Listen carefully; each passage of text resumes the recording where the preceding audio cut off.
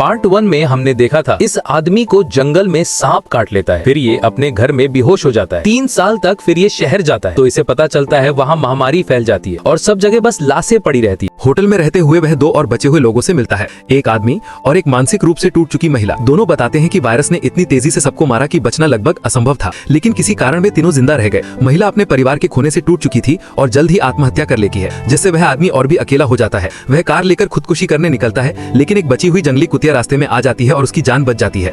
वह उसे पाल लेता है और उसका नाम लकी रखता है। इसके बाद वह किताबों के सहारे दवाइयां, पानी, बिजली के काम और बाकी जरूरी कौशल सीखकर धीरे धीरे इस नई दुनिया में जीना सीख जाता है। 1 साल बाद वह दूर से धुआं उठता देखता है और उम्मीद से भरकर वहां पहुंचता है, जहां उसे एक और जीवित महिला मिलती है। दोनों इतने समय बाद इंसान देखकर भावुक हो जाते हैं।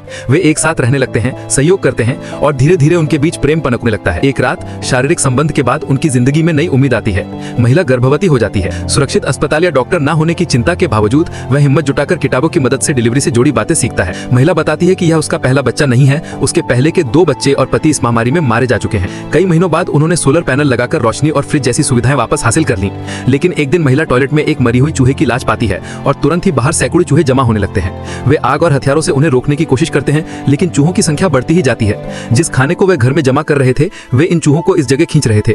चूहे दरारों से अंदर घुस आते हैं, लेकिन दोनों मिलकर उन्हें मार देते हैं। इस डर के कारण महिला को अचानक प्रसव पीड़ा शुरू हो जाती है, पर आदमी की मेहनत और सीखी हुई जानकारी से बच्चा सुरक्षित जन्म लेता है। थोड़ी ही देर बाद चूहे भी गायब हो जाते हैं और शहर की आवारा बिल्लियां चूहों के गायब होने से फिर से जीवन पा जाती हैं। इस तरह महामारी के बाद की वीरान दुनिया में ये छोटा परिवार, माँ, पिता, बच्चा और उनका कुत्ता नई उम्मीद के साथ जीना जारी रखता है।